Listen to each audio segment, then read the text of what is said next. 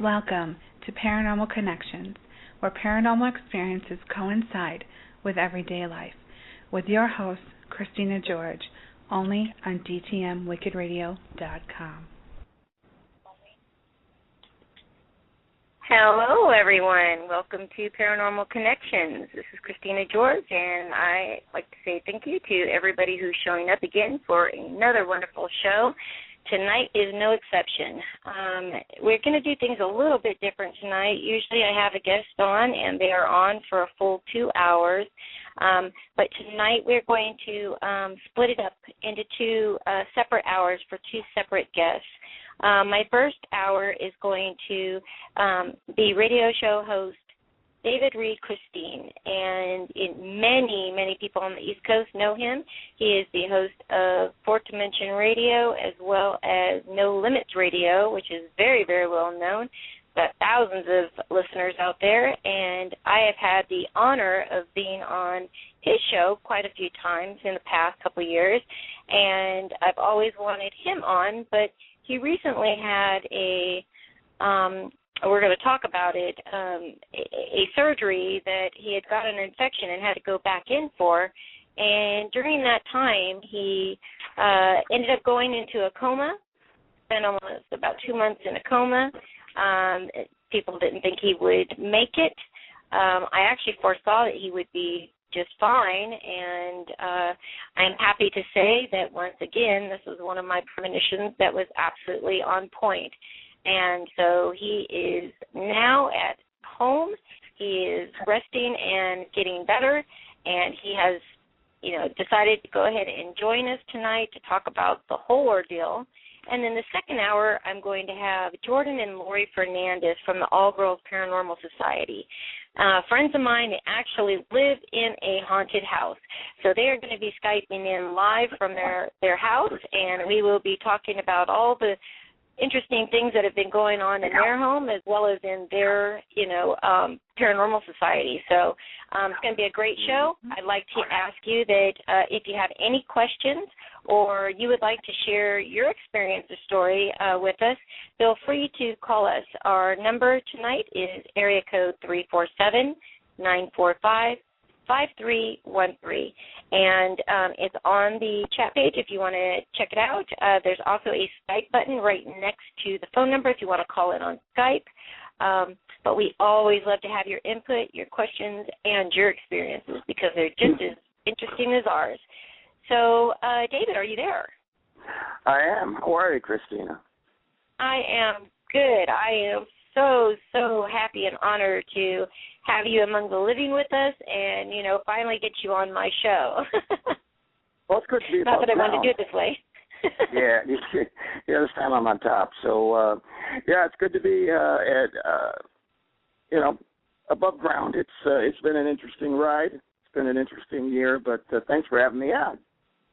Oh, absolutely. I mean, I didn't want you to push too hard, and as I was telling the listeners, that's why we're going to go ahead and just kind of split this show up into two segments, so then that way, you're not having to overdo it. And I do know that you still have to. Yeah. I did see that you have some issues. And I went, uh-oh. Yeah. Well, no, I go to bed early. I go to bed early now. I take my magic pill, and it puts me out, and I've just taken it, and it cruises me down. So when I start, relaxing a little bit too much, we'll know when it's time. But it's an honor to be on your show and the big network you're on with GTN, and it's good to be here. It's good to talk to you again. I heard that you were quite the updater with Janet, and that you had talked to her routinely throughout the process.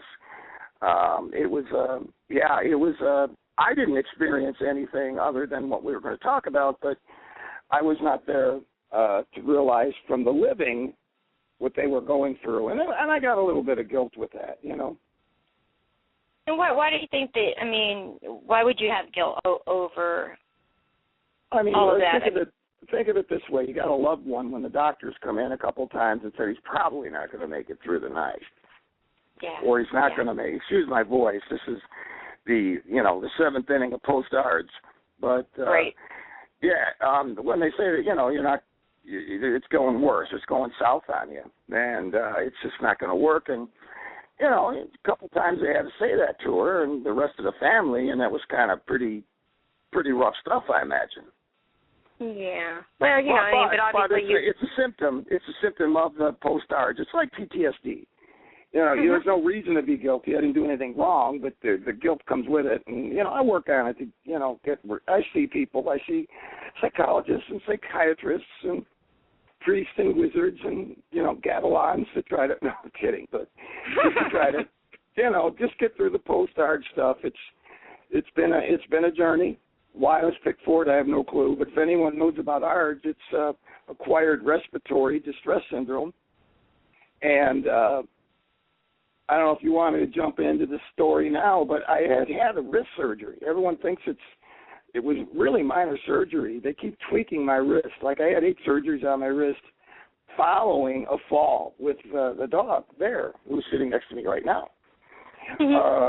And totally wrecked my arm and back and all that. The fall was just that way. I fell so perfectly. It was the perfect storm in terms of falls, and did some really stupid things to me. So this was one of the many surgeries going on my wrist to reorient things and take some bone out, put some new stuff here, to try to alleviate and mitigate some of the pain that I've been having. And there's a lot of pain through this process. But anyway, I went through it, and the surgery, everything was fine. About 2 days later, I had such a tremendous pain in my left side, like my ribs were broke or something. And I've had my ribs broke when I was a kid or younger, and I know what it feels like. This was worse. I mean, it just hurt like hell. And so I had been out of the hospital for about a day, and I called, and they said, come on back in, we'll give you a CAT scan. So I laid on the table for the CAT scan, and I was talking to the clinician, who was ever doing me, but they were getting ready to put me in for the CAT scan. All of a sudden, I went to breathe in, and my lungs locked.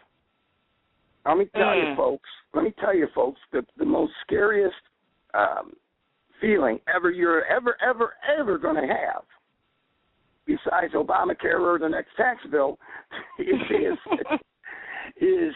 your lungs locking. And when your lungs lock, you're done. And you just can't breathe. Right. So right. I mouthed, I can't breathe, to the technician. And she looked at me like, okay, jokester, time's over. I got off the CAT scan table. And I don't know why humans do this, but when their lungs lock, they run around like a chicken without a head for about 3 times. I ran around the table 3 times, hopefully that something would happen. And I did not breathe. I ran to the closest bathroom, and there I understand I passed out. Woke up about a little over a month later in the ICU and had started learning all about ARDS.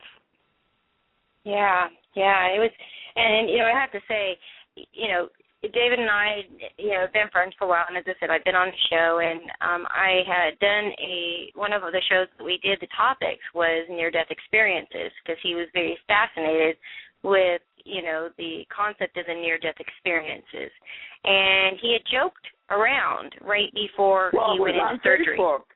Yeah, it was the first time I ever did it on it, and I said, hey, I actually had just been given the happy injection just before you go in, where they give you the drugs, and you're like, right. I don't care, you can do whatever you want, you can change my sexuality, let's go.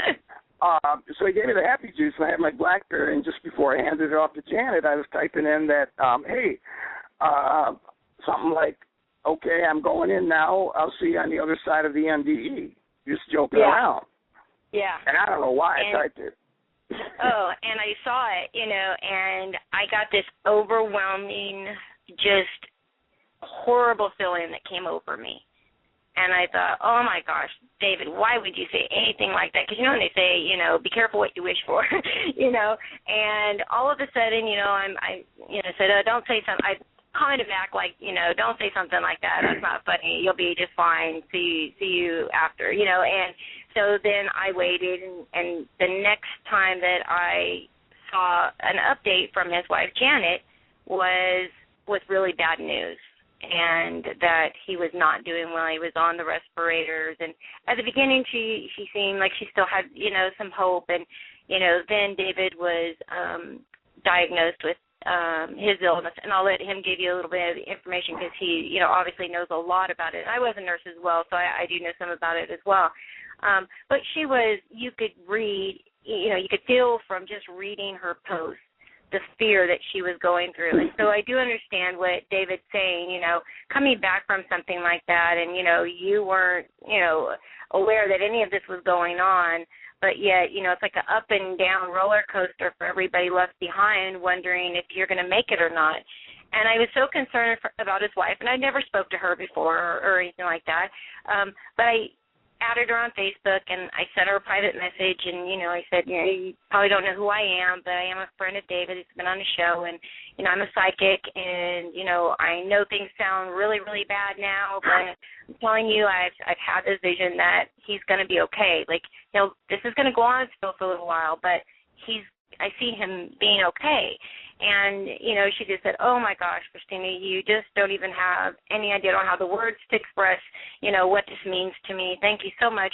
But I could still read from her, post or from her message that, she did so appreciate those words and the hope. But I could feel the weight of the information that had been, so much information had been given to her by the doctors that it was kind of like, I'd like to believe in this, but it's just not adding up with what the doctors are telling me. So I said, please just trust me. And I really kept in touch with her, and I would send multiple messages and check on her and tell her, I was putting, everybody on Facebook knows I was putting up prayer requests for him. I put up international prayer requests for him, and, and the next thing I know, I started to see that there was a change in the posts from Janet. And little by little, he was doing a little better and a little better. Now, his illness, only 3% of the population who gets it will ever survive it. So when I say he's a walking miracle, I am not joking at all. And do you feel like a walking miracle right now, David, after you're going through all this? No, and that's probably why I'm getting counseling because, well, first of all, Janet is the eternal optimist. So if she says something's going wrong on deck, there's something wrong. And, right. And I guess those are the vibes you were getting, and she was kind of keeping people posted. Yeah. And she, even got me a single room, which was amazing in this day and age. Normally you get a double room when you're getting That's better. Right. But when I had woken back up in the ICU, she had posted cards and letters from listeners and people I had known back in Chicago and for family. But, I mean, it was just a whole mirage all the way around the room, and then there's tons more at home.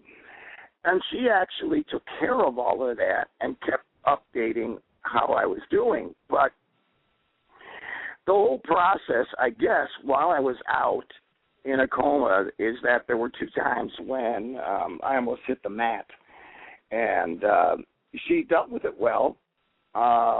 We never prepared for this, but I think she was ready for me to move on. But the coolest thing I had heard her say was that she wouldn't have made it a week, with me gone. So I don't know what that meant, but that was kind of a feel good. And that's a feel good. You got to admit it. Yes. And I truly believe it. But you were being kept informed of what was going on, and Janet even told me today that, we got to talking about you a little bit. And I said, well, I got to cut the show early. I got some things to do with you. But she had said that you told her that it was going to be okay, that you had this feeling. And that helped because she and I both had learned being in the para field for just a few years till I had my own experience and so forth. That stuff can be real. You got to keep an open mind, but you got to keep the science end of it open too. So anyway, after I had awoke in the ICU, I started fighting everyone because there were tubes in me and everything, and I just started socking people and stuff like that. I don't know why. I don't remember it. But it's normal. It's normal. It's your body kind of reacting. So. You being a nurse, yeah. Yep. But after I had passed out, And during that time, I'm going to say in the classic sense, I don't know what an NDE is. A lot of people like to share the same experience, this white light, this tunnel and all that. I had none of that. So I want to make it very, very clear. I don't know if an NDE is textbook. I don't know if there's a way to check in and check out on this planet. I don't know. All I know is that I had two of the most vivid dreams ever in my life. You could smell them. They were real. I can feel them today. They're more real than any two dreams I've ever had in my life. Now, I don't know if that's not an NDE. It's just a classic sense of, okay, you're on third base, but you're not going home kind of thing. But I don't know what it is. And I've never, like a lot of people, found this to say what it is. I don't know. But the first dream was it seemed like it had lasted for days, and it may have. I don't know. I was out for a damn month. My dog's sitting right next to me, Bear, and he's listening. He's the whole cause of it. But anyway, the first one, I was in Sedona, Arizona, and I have no idea why I was there. And I was in this big house with a bunch of people, and we were partaking in peyote. I don't know why. Don't know what we were doing. And we had busy jobs on movie sets. But it kept repeating itself, and I've never had dreams repeat itself. These people are real. I recognized them, but after I stopped that dream and moved on to my next one, I can't for the life of me figure them out. But I got a sense that they're going to come to you in time. Just give it some time. Mm-hmm. So in this life, just don't worry about it. Things will take care of themselves. But I was in this house, and eventually I abruptly moved underneath in North Korea, underneath a ship, being shot at. You could hear the bullet holes, holding like an 8-year-old girl and trying to protect her. Now, that was a nightmare compared to the first one, and that went on for like weeks. And it was the same old. Every night I was being shot at, and during the day we would kind of peek out, and at night I would be shot at. Now, the only reason I'm saying that these things that I experienced, if it was a normal dream, we wouldn't be talking now. But they were just so damn real that I could just tell you over and over. And even under the influence of medicine, and I'm still under it tonight, I've got a great fentanyl thing going right now because of the pain. But I know all about that. If there's very few things you can remember after post-art, your memory goes to crap. But everyone, including the doctor, said, my God, but you have this memory of these two dreams that are just unimaginable. And then when I came out of it, that's all I could remember. Everything was wiped clean, my slate. A lot of memory was gone. And I was totally paralyzed from the neck down.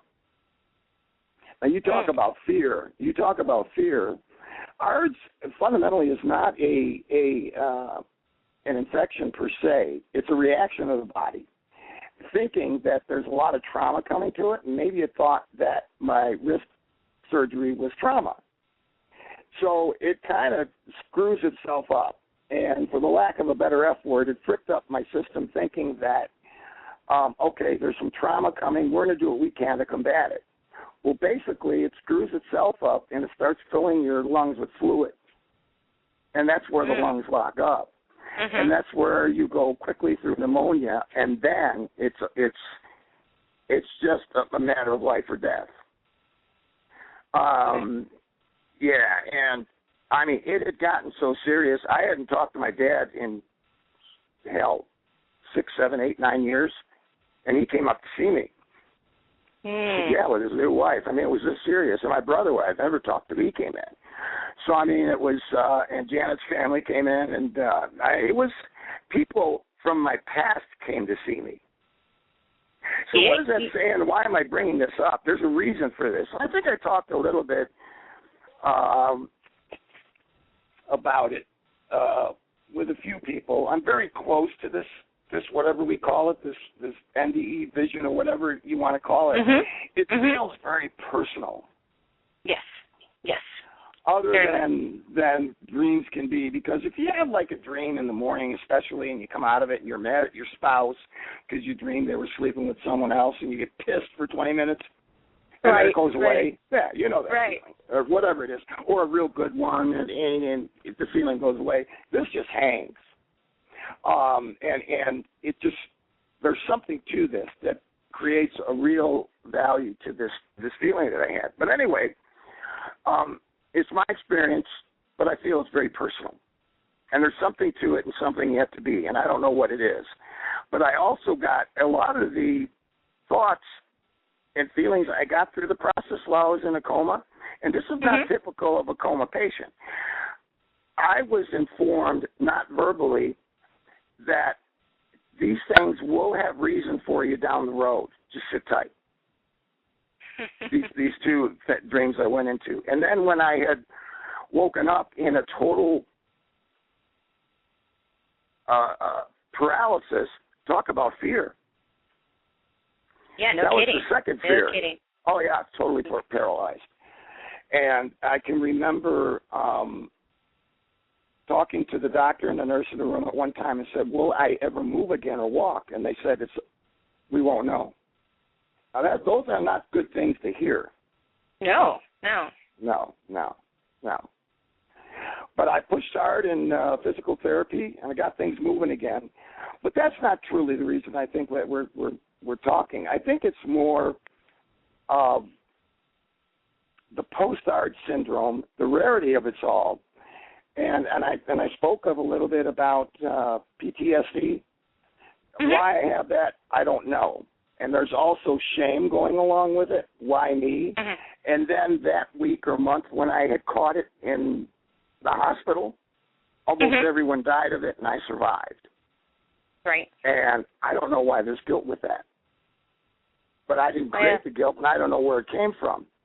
But it's connecting to those two senses and dreams that I had that were so damn real, Christina, and I don't know what it's about. I would love to tell you right now, there was the tunnel, there was the portal, I went, and none of that happened. But I did have a sense, an overriding sense, that, I'm going to say it for the record, he is real. He exists. And you know who I'm talking about. Yep, I do. Yeah, the difference between me and him, he doesn't wake up in the morning thinking he was me. He exists. We don't have to worry about too much. He's been in control and will be in control. We were spirit before we arrived here, and we'll be spirit after we go. Yep. All these senses were put into me, so don't worry about it. I've been managing this planet and life in this three-dimensional world with the horizontal flux of time in a space-time continuum well before you were here, so I know what I'm doing. Don't worry about it. All I want you to do is clean up, show up, and do a few things for me, and share your experiences and be the best guy you can be. That's right. And I don't know where that came from, but I've got those overwhelming feelings. Changed my life. I mean, I'm entirely different today than I was before. Well, you know, David, I'll tell you, because that is one of the things. You know, I mean, there are a lot of very classic, quote-unquote, near-death experiences, you know, that are very similar. But, you know, I've talked to thousands of people that have had near-death experiences, and they vary, you know, quite a bit. One of the, you know, the things that it always seems to take place with this is that, you know, number one, you do have communication from something or someone that, you know, it's not audible. It's not audible. And right. I know for a fact, I'm gonna say this for the record and go on a limb. When we move on, and however that'll be, you don't need audible anymore, because in space there is no audible. That's right. Everything is feeling and emotion, and it passes that way. So and it's more convincing than the actual written or audible word. Yep, and that's why it's so changing. Is in fact true. Yeah. That's why it's so life-changing. I mean, that is the one thing that across the board, everybody, when they come back from something like this, it changes them forever. You know, and a lot of times that's where, you know, even being a psychic, I can usually, you know, call BS when, you know, it is, and people are just, you know, trying to get some attention or something, which why somebody would want to use something like that as an attention getter, I have no idea, because when you do go through it, you know, like I said, it's something that changes you forever. So, but it is very, very, you know, pronounced in your life. I mean, it isn't audible. I mean, but you know that information is like downloaded and given to you, and you know, there you go. And it's always the nice thing about it. The whole nice thing about it, Christina, is that I was a very mistrusting person, and it doesn't matter how I got there. It could have been people, places, and things, but I was very mistrusting. But when I became conscious again and stayed the rest of the time through the hospital, and I've only been out 3.5 weeks. Janet stayed there every night. From the outset of this all the way to the end. She was a true angel. Every night. Oh, yeah. And that told me, conscious or unconsciously, I could start to trust. And I don't know what weight or gravity that has on me, but it's huge. And it's allowing me to trust people again in my life. And that's it's such a relief. It's a lot less work. There's some people I actually can trust. So it was a pretty cool experience. I wish I could come to you and say I had the classic, you know, NDE experience. And I'm not sure that some people take and create derivatives of their own NDE to kind of just fit the mold so they're believable. I don't give a crap if mine's believable or not. Exactly. I was there. This is what it was. Exactly. Believe me or not. Right. It's your reality. I mean, it's your story, and that's the thing with me, and that's like with my show. I mean, I can have all the P.P.R.S celebs and everybody on TV on my shows. I know a lot of them or got the connections to get them, but you know, I like people's personal journeys, personal stories, personal experiences, because I don't care. I don't want a cookie cutter show. You know, I want real life stuff that's really going on. And I mean, to me, it's much more interesting than anything, you know, scripted that you could ever get on, you know, put on TV. Because as I said, I mean, I watched this unfold, you know, from the beginning, you know, till we're here now. And you know, it was a long road for you, but I will tell you, you are so loved, David. I mean, you have really, you know, touched a lot of people, because I was just seeing, even when I put the post out, the overwhelming response, like people still, you know, weeks later were still, you know, they were putting their prayers in, and actually people were messaging me and saying, you know, do you have any updates? And then I would, you know, check with Janet, and then I would give an update. And, you know, you have touched a lot of people, but sometimes, you know, even us, even though we touch a lot of people, we don't even realize the love that is being shown back to us, because for whatever reasons we kind of have those blocks, you know, up. And yeah, I'm telling you, this is a very humbling thing to go through. I will tell you, you know, it is something that definitely makes you, you know, think everything that, you know, you have, all the people that care about you, and it definitely changes you. So, you know, I've always thought you're a great guy, but, you know, maybe there was a few things that, you know, you needed to. Yeah, there were a few wrinkles in the mattress, that needed to be ironed out. You know, And I came to realize, too, that pre this, a lot of people don't feel they measure up, or they didn't think, oh, you didn't really mean that when you said you liked me or you loved me, or you said have a good day, but you didn't really mean that. And the doctor came in my room and said, oh, my God, look at these walls. They're just plastered. And he said, not so much what they put up, but took the time to even write you, or even think about you and rent space in their head. He said, man, you must really, you know, make an impression. And, you know, when he said that, I want to say this in the most humbling of ways. It was time for correction in my life to allow myself to be, I would say, loved and liked by people. Because, you know, Janet was really trying to permeate through osmosis of some sort, you know, to get me to believe that, you know, I really believe this was real. But I have talked to a ton of people now, and I'm okay about it. I see a couple psychologists and a psychiatrist about the fact that I'm not placing enough evidence on almost my obituary. I still have not felt the ripples of almost being dead, which is scary in itself. After a car crash, we all go, oh, my God, you remember that? And that was horrible. I'm like, yeah, it was just another day. And what I'm learning is that I have not grieved yet. No. Through this process. And it comes, yeah. But what I have gained out of it is there's this overwhelming power that allowed me to say, you're okay now. Didn't have to tell me in words, but now you see what's going on. You've got it. Now get back. And then I'm in the ICU again. So I call him God, whatever you conceive him to be, but he doesn't have to talk.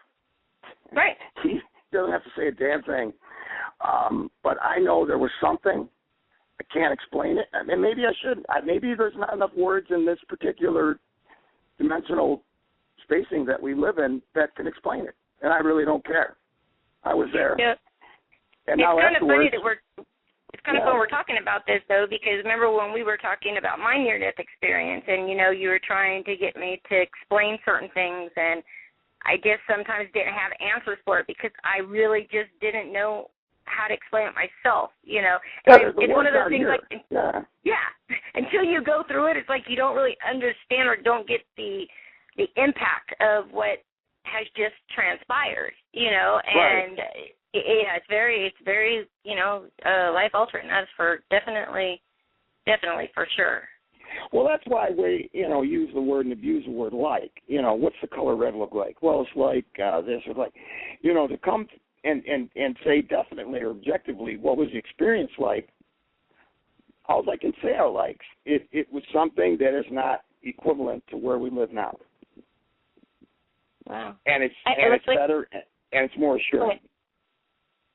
Yeah, that's very true. Looks like we've got one of the first questions in chat tonight, and it's coming from Story Spirit for You. She wants to know, in your dreams that you were having, did you feel like you were in like World War II on the battlefield when you're saying you were being shot at and all of that? Is that what it seemed like? No, actually, I was for some reason underneath a Korean ship. I was in North Korea, and I don't know why. My dad was in that war. I'm looking into it, and I do believe in past lives because if you come from spirit, you were probably something before. So and I think spirit, human experience, spirit, maybe some other spirit experience than spirit again. So this little girl might have some meaning from past, future, or something. But I'm totally convinced it was North Korea. Okay. Awesome. So you got another one from Facebook, and it is saying, can David explain what he saw or at least tell of what he experienced or felt during that time? So I think you kind of – but I have a question for you that is kind of on that thing. So when you were there and you were experiencing, these having these experiences or dreams or out-of-body experiences or whatever you want to call them, were you feeling anything? Were you missing anybody? Were you thinking about your family or anybody back here or anything that was going on? Well, this is what I was going to get to. The really, really, real reason is that during dreams there is a connection of some sort, as non-vivid the dotted line may be, to reality. Like when you're dreaming, you dreamed of, your spouse or your mother or this, real people, or the pet you have or whatever. None of that connected. I didn't know. I had a whole different place. Janet didn't exist. You didn't exist. No one that I knew existed. So the umbilical cord was severed. So I was on a different plane. Again, it wasn't these multi-dimensional seascapes of patterns that I was traveling at light speed. None of that. But the dream was much more vivid because there was no connection to here at all. And there was an overwhelming sense of feeling of it's okay. And you know what? I like that feeling, it's okay. Because when I'm not in control and this God is in control, it's pretty cool. Yeah, and you know what? So, and I love your answer because, you remember when you and I were talking and somebody else was asking about my experience, and I actually had a car accident and went in to have surgery, and I could actually, when I went in for surgery, I could see my body and everything, and then before I knew it, I was just, you know, in this place. But what was so strange to me is I had 4 small children, you know, at the time, and they, you know, I was a single mom, and, like, you know, that was always on my mind. I mean, it was really crazy. And what I felt so bad about, and, you know, you're kind of going through right now, is, like, I really felt, you know, so bad because I thought, how in the world could I have been at this place? And it was such a euphoric place. I just felt so amazing. I didn't want to come back when they told me I had to come. And so me, argumentative as me, I'm sitting there trying to tell them, look, like, got me now here. You can't send me back. Like, there's no such thing. Like, I'm here. I'm staying. And I did come back because they said it wasn't my time. But I didn't think about my children. I didn't think about anybody here. There is those things are not important. You know, I mean, like, you don't have anger. Well, when you're there, mad they're before not this important. Happens. Right. And you're not thinking of the new tax code, and you're not, you know, none of those things are important. And I'll say this, not even your children, because when I thought about it afterwards, I was reminded firmly during the second dream stage, what I was going through is, and then I went into the ICU and woke up. And then I went to sleep again, but I'd never experienced this. I was not in a coma anymore, and I was getting some guilt. Why the hell did I think of my kids? And then I had this thought, and I don't know where thoughts come from, and it said, "Whose kids?" Yeah, and I'm like, you know, our kids aren't ours. You know, we make court orders and decrees, and children are whatever, and you know, through nobility they become our predecessors or what have you. But truly, they're spirit also. And they're gods, right. You know, however we want to formulate them on this planet. But the fact of the matter is, when we go, none of that matters. And I like Scripture, and I'll try to keep away from that a little bit because it harms people. But in Ezekiel, it firmly says, "You will not remember the former." Mm-hmm. Mm-hmm. And so I mean, that's okay with me, and maybe you're not supposed to, you know, and that's okay. I didn't remember any of it. It didn't matter. I didn't even remember Janet. It didn't matter. Yeah, I mean, and, you know, you do. I mean, sometimes you have a lot of guilt because, you know, it's like the way we, you know, show our love to people is, you know, them being on their mind all the time and, you know, telling them we love them and everything. But I've known this has been the way it is on the other side for a very long time because when I would interact with spirits and give messages to people, the one thing, you know, one of the biggest things that people call and ask for my help when they want a reading is that, you know, they usually have some kind of guilt. You know, either they didn't make it to the person who passed side before they passed, or they were in an argument, or they didn't get to say goodbye, and they really hold on to all that, right? And so then they come to me, and their family member on the other side, like, they don't care about that. Once I notice that they don't care if you didn't make it or not, it doesn't matter to them. You know, like, they know that they're like, it's, you know, those things are so unimportant. Those are such human, you know, emotions and feelings, you know, and once you experience, you know, what we have, you know, you understand that. You know, it finally starts to make sense. At the end of the day, I think that when all is said and done, I feel somewhat blessed to have had experience, even though physically it's been challenging, but none of that human stuff matters at all. Right. Because, again, I want to say this also that I learned, if in fact I was close to death twice, as the doctors have said, so much that they were going to stop my heart and do some things, because the heart was doing some crazy-ass things. I'm not going to go into it, but they were going to stop me, just bring me down all the way. And when I was there, I felt like a different plateau of sort or whatever. Maybe I was migrating somewhere else. I don't know what the feelings are. I can't explain them, but death is very swift. And it's painless, and very painless. And for anyone who's interested, you know, even if you live a violent death, once you get past that human thing, it's very swift. It's very, you know, you just, boom, and you're there. And again, I only relate these two dreams that have probably a ton of meaning to me, but right now they don't, only because I didn't associate anything or people or places in my life like I do other dreams. Wow. Totally different. I've never had dreams like this. Now go ahead and blame it on the drugs. Go ahead and blame it, but I've had surgeries before and never had dreams. So what says you? Right. Yeah. Right. So you know that it's different, and that's the thing though, is that when you do experience something like this, it is so profound that you really don't care if people even care, believe you or not. It doesn't even make any difference. You know what you went through. It is a personal experience, and it is very personal, and so it is. It was meant for you. The information was meant for you, and if not one person in this whole damn world wants to, believe it's true, so be it. As long as I also learned the feeling too is probably one of the top things that I always need to remember, and I can't impress it upon anyone else unless they go through it themselves. Is simple forgiveness, because none of this crap matters.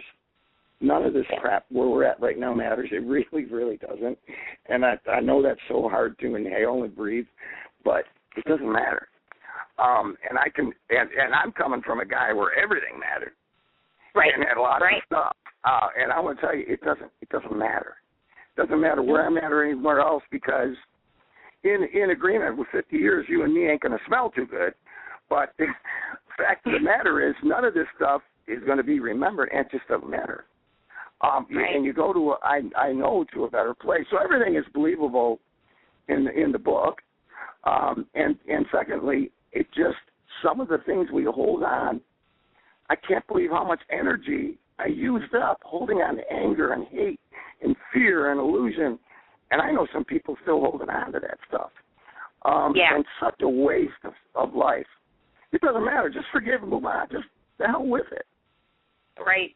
Right. And it is getting to such a point. I mean, we've talked about this, over and over. And, even like within the paranormal world, here we've got, so many people. We've got more eyes on the paranormal than we ever have had. We've got more people, feet on the ground out there, researching and stuff like that.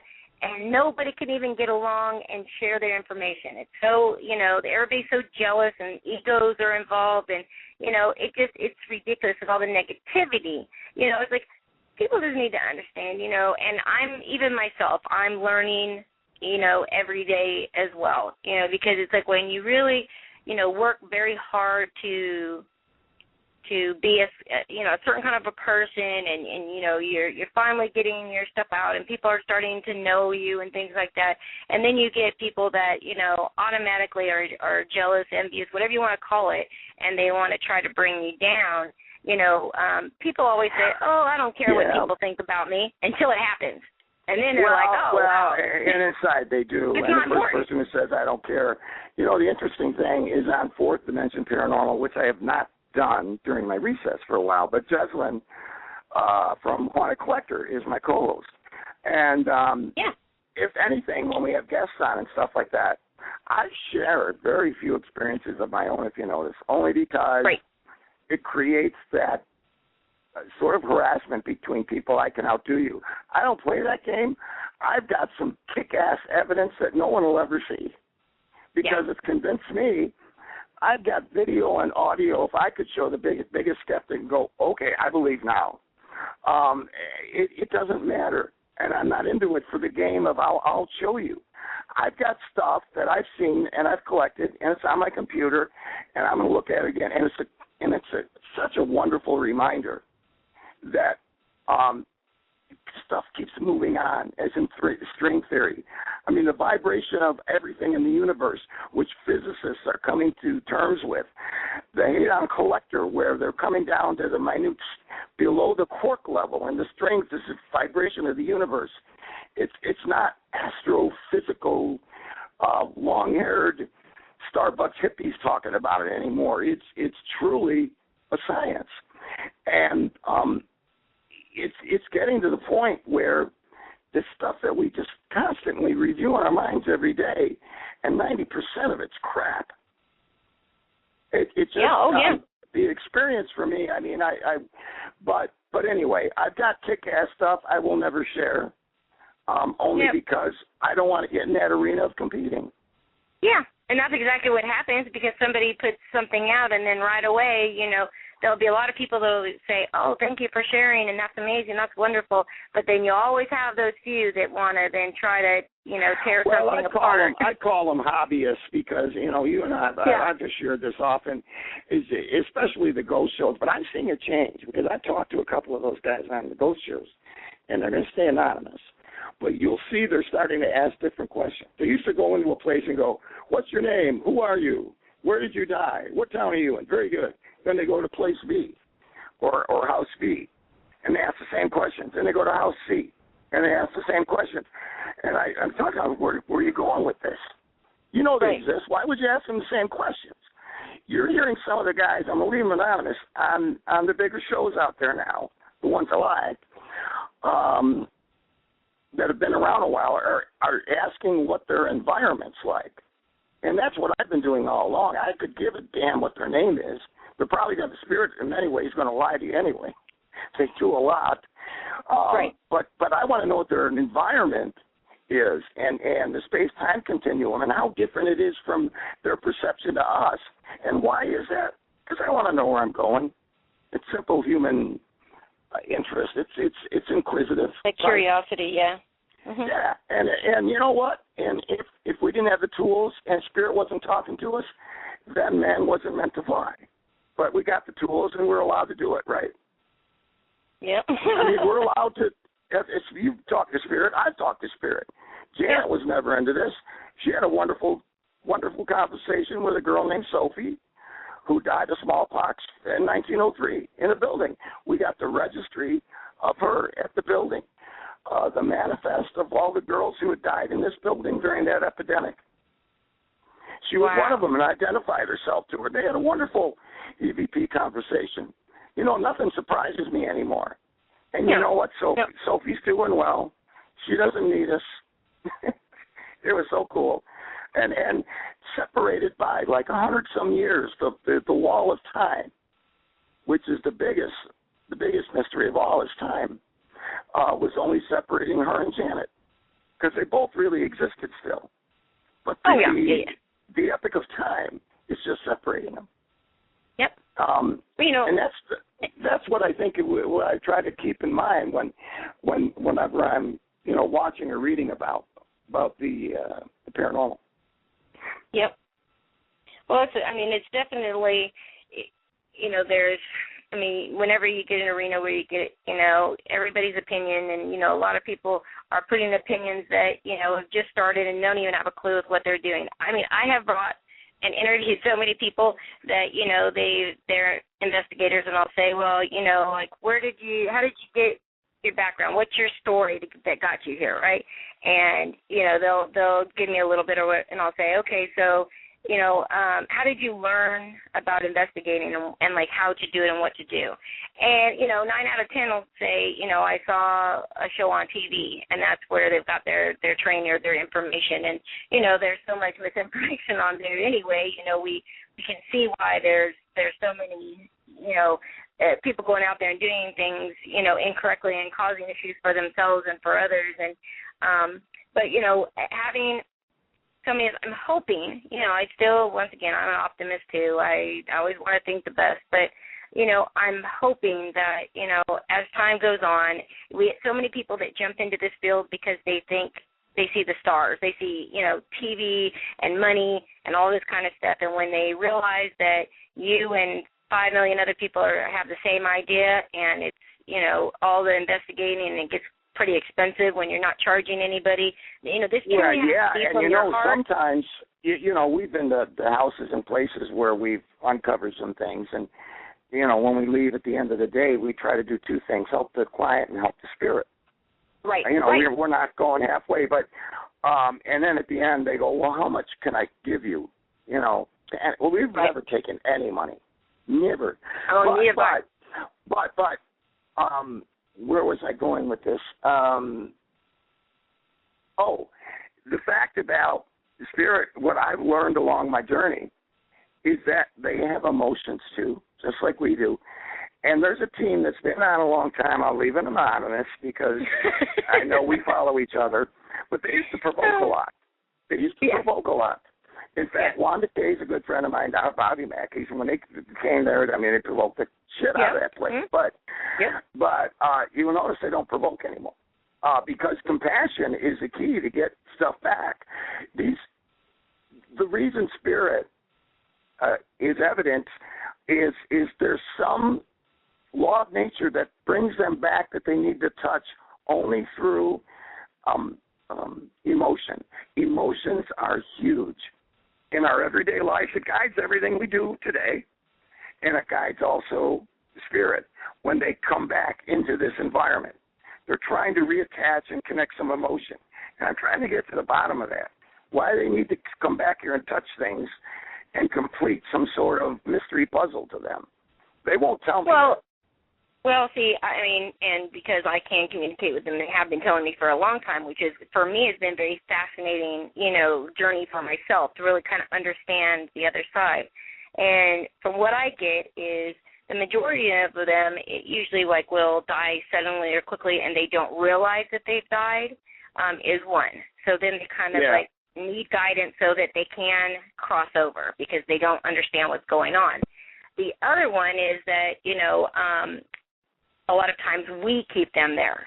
Like if we're grieving so badly, like mothers, a lot of times mothers or grandmothers will stay around the family because they're wanting to still comfort them and make sure that they'll be okay without them before they move on. Right. And so it's like unfinished business. So once they complete whatever they want. Happen. Yeah, we've had that happen once, and then we caught the video evidence of it leaving.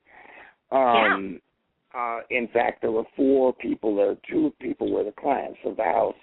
And they said, oh, my God. They weren't believers. They were skeptics. They said, oh, my God, did you just see what we saw? And what was in that house had left. And it's exactly what you said, Christina. It was concerned about the husband's reaction to the spirit. It was a girl who died in a murder. And she was very, very concerned how he still felt about her, even though he was remarried. Yeah. Yep. And wonder how that worked. He committed and said, it's okay, I got over you, and I hope you're happy. I got it on video. Oh, what am I going to say? And they've never been, everyone's happy today. They're all in their right spot. Yeah. And I would like to think we did that, but I think we just helped connect the dots. But there's a power greater than us that did it. But I know exactly what you're talking about. Yep, and it's a wonderful thing for me. It's like my part is a little different because, when I go and take a private client on, my first concern is the spirit because they didn't ask to, be there. They're the ones that need, they need the help, and I want to help them. And then secondly, of course, I want to help the family because they also didn't ask, to have to experience this. And most of the fear comes from just not understanding what they're experiencing. Once you can, fill them in and they don't think like these, all these shows that they're all demons coming after them, a lot of people sometimes won't even be worried about you helping them cross over. They're like, oh, well, you can keep them there. And I'm like, no, we don't want to do that either. I mean, it's not like they're not going to hurt you, so keep them as a house pet, or a visitor, I guess. You don't want that. You want to let them, move on where they need to be. So that's very interesting. It looks like we have somebody on the line, a call-in caller. So I'll see if I can get Dennis to go ahead and put him through, and we'll see what the question is. Let me see if I can get him. Okay. Caller, do we have you on the line? Namaste. This is Mark from New Hampshire. Hello, Mark. How are you? Oh, pretty good. To send you both and all the listeners love and light and support, for we are all co-creating together the new earth and beyond. Oh, thank you so much for calling in. For those who don't know, Mark is a very loyal listener. He calls in and listens to the show every week, and we always appreciate his feedback and information that he brings. So did you have a question tonight or just a comment? Or? Well, I think what's interesting is for those of us that are doing the work consciously and being in service to creation and service to help humanity and all life, and how we can really learn and learn from each other how to do our jobs better, but we need to, like you've been saying so beautifully, doing it from that love and support, being divine service, not from ego, so that we can really do so much more for both those that are still in living earth embodiments and those that have crossed over but have not, as of yet, gone into the light for various reasons, as you both well know. Right. Absolutely. You have any? Yeah, I mean, if we convince ourselves that I've had some people say spirit is here for our amusement. I mean, it's that wacky out there. All I know is that I'm told, and I know for my own self, and that's good enough for me, is I'm going to go somewhere after my physical body dies. The spirit never dies. Now, this plan has been drawn out gazillion, billion, whatever years or light years or whatever you want to call it. This design has been designed way long before I was even conceived. Because, as God said, he knew us before the formation of the world. Esau and Jacob, I hated well before he was in his mother's womb. And what he's saying is that the spirit is always there. Now, where it resides, I don't know, and I probably wouldn't understand it if it was told to me. But I know that spirit gets sometimes frustrated explaining to us where they exist, why this whole thing happens, because we wouldn't understand it anyway. It's like you said, Christina, earlier, there aren't words to explain where we've been. But as the caller says, yeah, it's all about the spirit. And once I started talking to spirit as if it was my brother, if it was someone who lived a torture. I talked to a prostitute that was brought here from New York, shared her story with me, and died in this bordello. And she pushed me, and I've got actual pictures. I didn't know she was doing this against a post, and started hugging me. And I caught a beautiful EVP that simply said, hi, I'm here. She said her name was Honeysuckle. That was her nickname. And she pushed me against this post and started holding me because no one ever talked to her like this. And I said, people in my group, start taking pictures. And I'll be damned, they have a picture of her pushing me. I didn't see her, but I described it from my shoulders and my knees, and there she is, right on film. Oh, that's amazing when they give you that kind of validation, And she needed it just as much as I did, and she taught me a lot. She taught me that this emotion thing continues. Oh, yeah. Now, how often when you work with spirits like that, are you able to help them with whatever healing that they need so that they can then cross over into the light and move on? Being an amateur, and I always will be, because I'm not sure unless you become a professional, that means you're getting paid. I like to look at it. All she needed was affirmation that she's not a whore, and I wasn't there to feel her up. Now, I'll tell you what I think happened, because she didn't give me the ninth inning and say, oh, you've helped me, and now I'm crossing over. I don't know if this is dangerous or not, but Janet and I are convinced she followed me home. I wouldn't doubt it, David. I wouldn't doubt it at all. In fact, she has made herself noticed here. My dog looks at her all the time. We put motion detectors out, and and I just accept the fact she's here. Once in a while, she'll make herself known. The last time she made herself known was 2 weeks ago. She held the door shut on me, the bedroom door. No one was home. I yanked it. It was like open an inch. I yanked it again, and I heard a giggle on the other side, and then she let go. Well, she's playing with you. And you know what? Go ahead. I don't know what she gets out of it, but if she got something out of it and she's not a whore anymore to herself, then that's good. What I learned is that this emotion that we have now is good stuff. Yeah. I was taught emotion is bad, especially in guys. Don't feel, don't think. Yeah, if you cry, you're weak, and if you're angry and aggressive, then that's your protector, and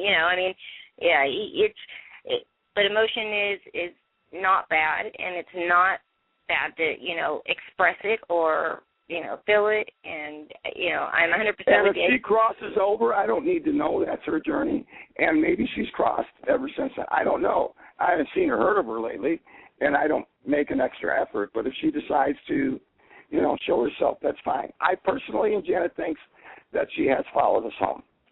Right, and whatever whenever she's completed whatever it is that she needs or what she wanted to do, then she'll cross over without, like I said, I've crossed over people just by giving a message to their family member, and that's been enough, and they've crossed over. So it really depends, and I think, like you said, David, this stuff is new, and it is coming, but as it continues to come, you'll just kind of know, and you're doing fine. And, I do pick up, though, that somebody did come back, and it is another woman as well, but she's very attached to Janet and was with her for a good part of, what she was going through. I actually see her, standing behind her when she's, next to the bed holding her hand. I can see the woman, holding and putting her arm on her shoulder to kind of comfort her. When she was crying, trying to help her, and she is with you. I literally see her coming from the hospital back home with you. So I definitely know you do have somebody there, and she was there quite a bit with Janet. So yeah, but because amazingly, I couldn't have gone through what she did. So it's amazing stuff.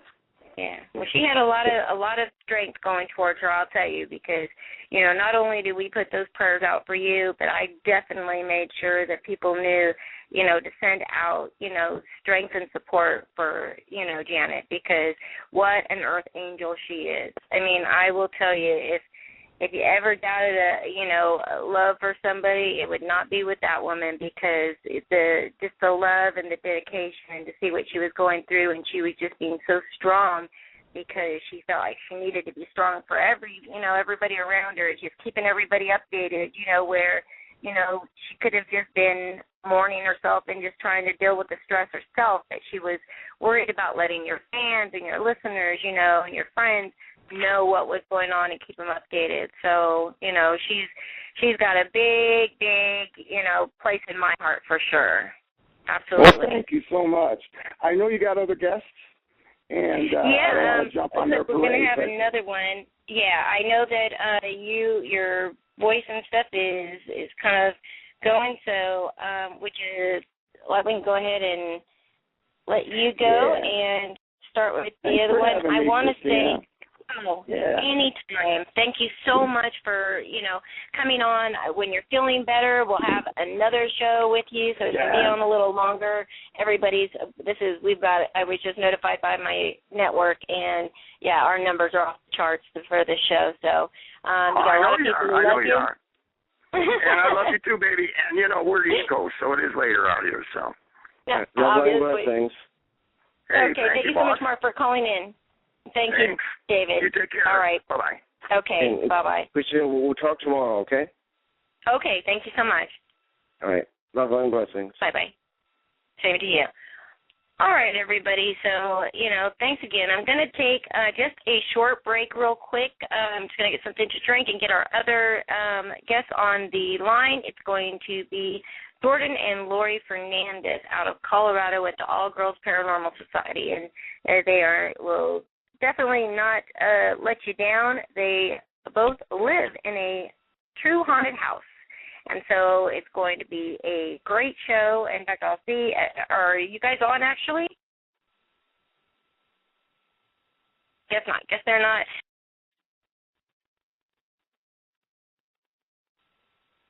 Hello? It's only me. Oh, okay. All right, well, I'm just waiting for the thing, so we're going to go ahead and take a break for a few moments, and as soon as we get back, we will try to have them on the line and get to their story. Very interesting one. So we will be back in just a few moments. Stay tuned.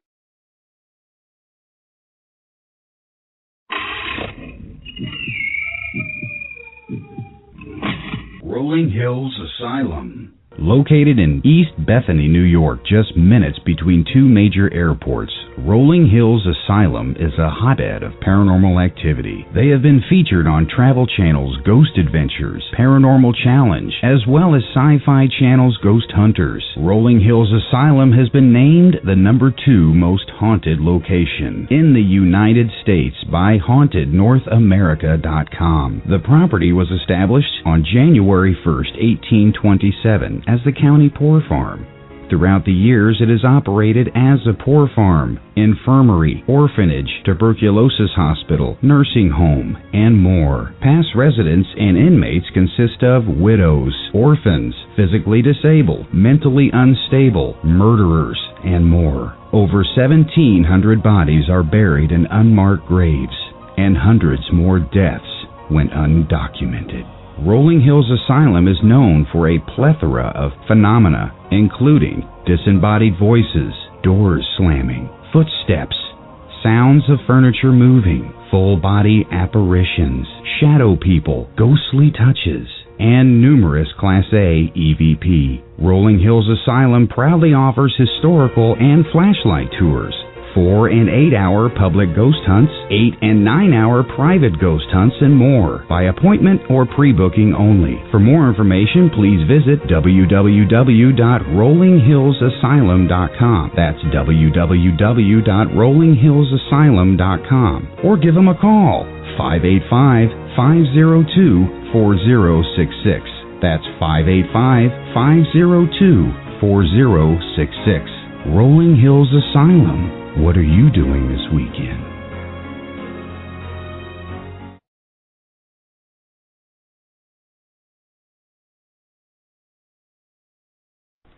Dreams Code Magazine is a proud sponsor of DTMWickedRadio.com.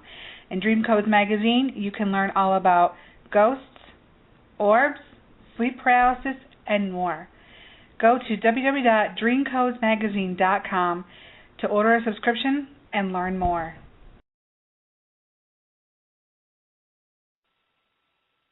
All right, everyone. Welcome back to Paranormal Connections. I'm Christina George, and I want to thank everybody for joining us tonight. We just had David Reed Christine from the Fourth Dimension Radio and No Limits Radio. Great first segment. Oh, my gosh, I want to just give another shout-out and thank you to David for coming on the show. He's still kind of struggling with his voice and breathing and stuff, so it was amazing that he would, come on and talk on the show. I am putting his Facebook link out there, so if anybody is interested in adding him, feel free to do so or send him a message and, maybe just let him know that you enjoyed his talk on here and wish him some luck. So for our next hour, I've got two amazing women and actually happen to be, good friends of mine, and it's going to be Jordan and Lori Fernandez, which are from the All-Girl Paranormal Society out of Colorado. And it's kind of a funny story because I originally had met them.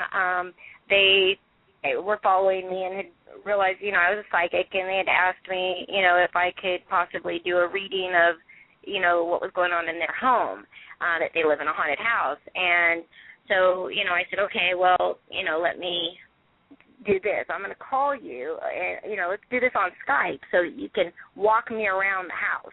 Because although I was picking things up from the email, and the messages themselves, it was still different for me than, connecting through video, and Skype has been really great for this. So they actually took me through the house, and I, gave them some information, and, from ever since then, it has, our friendship has been going very strong, and I actually had told them, a few things that I saw upcoming for them, and I saw that they were going to be, getting a lot of attention and really moving up in the paranormal world pretty quickly. And, they both kind of laughed at me because, they kind of felt like they were, like, sure, okay, we want that too, but we'll see. And I always, I kind of like it when people doubt me. or I'm not even going to say they doubted me because, you know, they just kind of chuckled and, you know, like, oh, that would be nice, but we won't count on it. And, you know, then it, ta-da, you know, it happens, and then I'll say, you know, they'll say, oh, how did you do that? Well, I don't know. Maybe I'm a psychic. You know. So how are you, ladies? Jordan and Lori, how are you? We're doing great. We are good. We are good. Thank you so much, both, for coming on the show. And, you know, as I said, I have been telling you for a while I wanted to, you know, definitely have you on the show, talk about, you know, kind of some of the stuff that you're doing and how life is going for both of you. And, you know, I keep up on all of your posts and know that obviously things are going very, very well. So, you know, why don't one of you give a little bit of information about your group and, you know, kind of what's going on right now, what you're doing. Well, you were right, and yes, we did kind of chuckle at you and say, yes, it would be nice. We've exploded all of a sudden, as you, probably 2 days to your pinpoint, things exploded. 2 days, I mean, it literally, like 2 days. Things just exploded for us. We've been given so many opportunities. We're doing 2 huge ventures here in Colorado Springs with what they call the Stanley Hotel of the Southwest, which is on a ledge, bed and breakfast. We've done some investigating there in the past. He let us in, and we did some investigating there and came up with fantastic stuff. And he then decided he wanted it known as haunted, asked us if we'd help him with that. Then, you know, we said sure.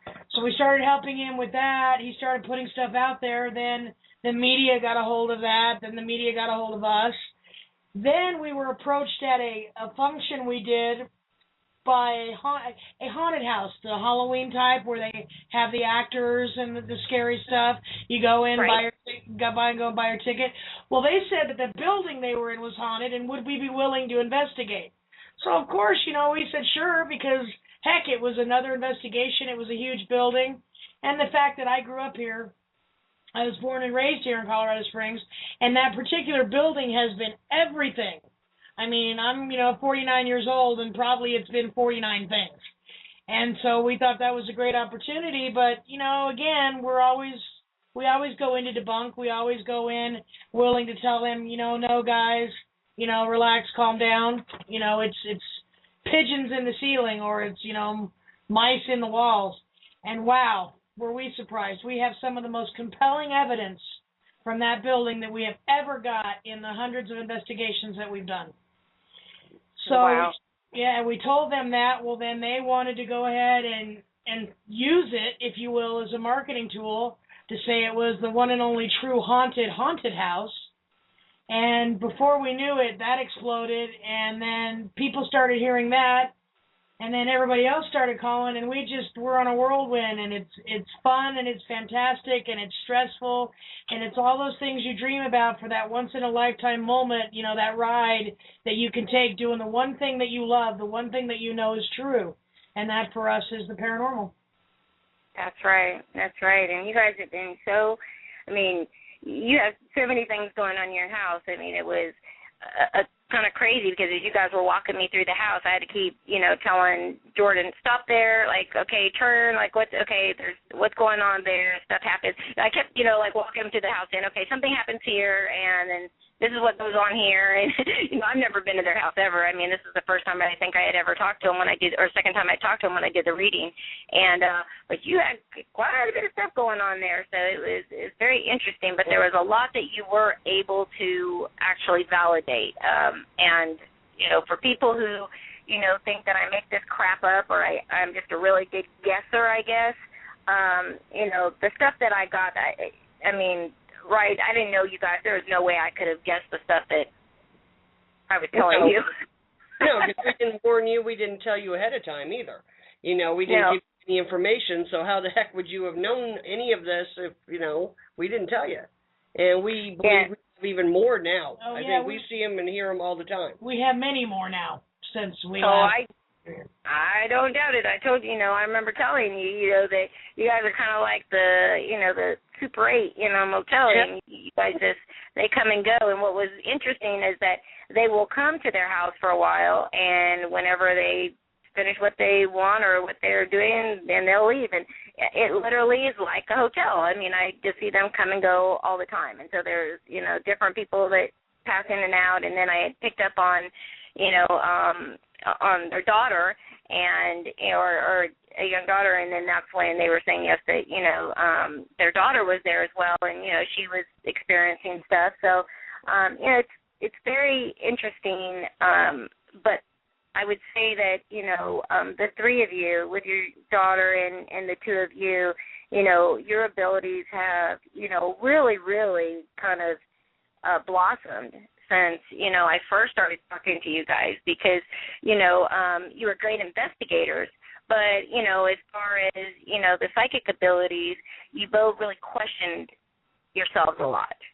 Yeah. And it was once, I kind of, was working with you to trust what you're getting, don't doubt yourself, and work on it all the time. And, once you kind of get that, it just starts flowing through you, and it's just not as hard as it used to be. And I can definitely see the advancements in both of you. I mean, you guys have been doing amazing in your life. If you weren't psychic, like spirit magnets before, you guys are definitely are now. No, I agree. I mean, I know I see it in both of us, and the rest of the team. But, it seems like everyone we do, we just get a little bit better, and I think the self-doubt is definitely was the big thing for me, because even if I felt it, saw it, or whatever, I still would stop and say, nah, but now I don't do that so much. Right. I let it flow, and damn it if I'm not right, it works. Kind of surprising when that stuff does, huh? It's cool. It's so cool. I love it. And about the house, when I got to tell you, and we'll just let all your people hear this because maybe they'll get a laugh. When we tell this story about you, here's how it begins. When we heard you on the radio say you could do it by Skype, I looked at Lori and said, "Is that even possible?"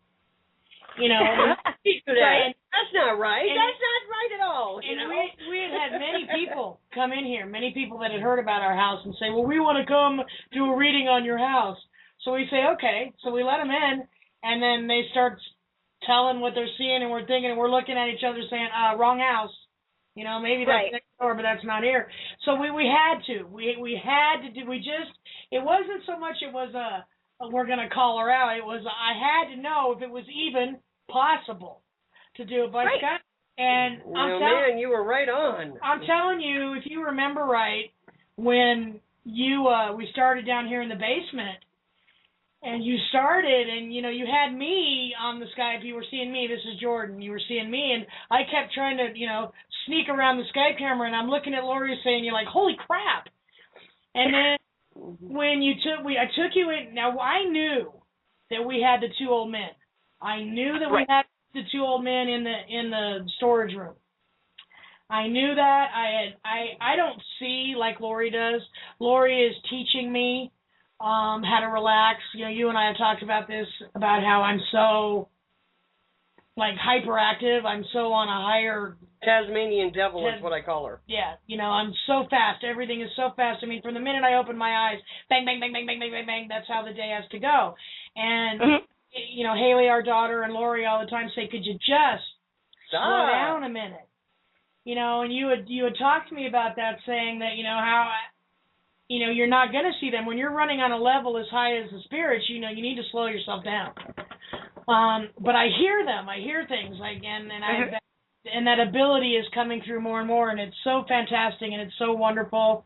Just the way that I can hear them. But I knew they were in there, and when I took you in that room and turned the computer towards that corner, I mean, everything. I was holding on. I was holding my breath, and half of me was saying, "Please, please, don't tell me that they're there. Don't tell me that you really know. I'll drop the computer. I don't know what I'll do." And then the other half is, "Please, please, please tell me that they're there to validate that I'm not losing my mind." Yeah, we're not crazy. There's something really here. And as soon as you said that they were there in that corner and you saw them, I mean, that was it. I was on fire. That's why I ran you up the stairs, and I thought, if there'd been a computer cop here, I would have got a ticket, because, I mean, I was flashing that computer around all over for you, and it was amazing. You pegged them all, including the two new little kids that we had. Yeah, Yeah, they're here. We see them. It was fantastic. Well, I mean, I thank you so much. I mean, for the, the validation and everything, on my side.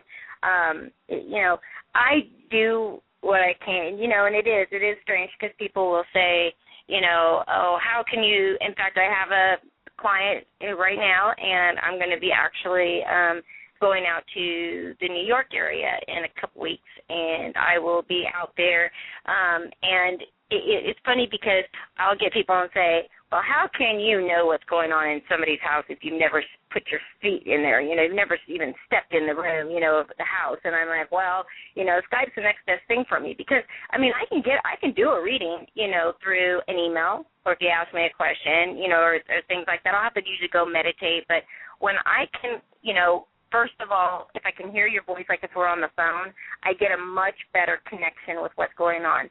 But the thing is, since I see the spirits, I like to be able to be walked through the house because if there's something there, I'm going to see them. And then I can tell you, what they look like and the whole 9 yards. Otherwise, I may just get the information that there is a male there or a child there, but I can't really describe them.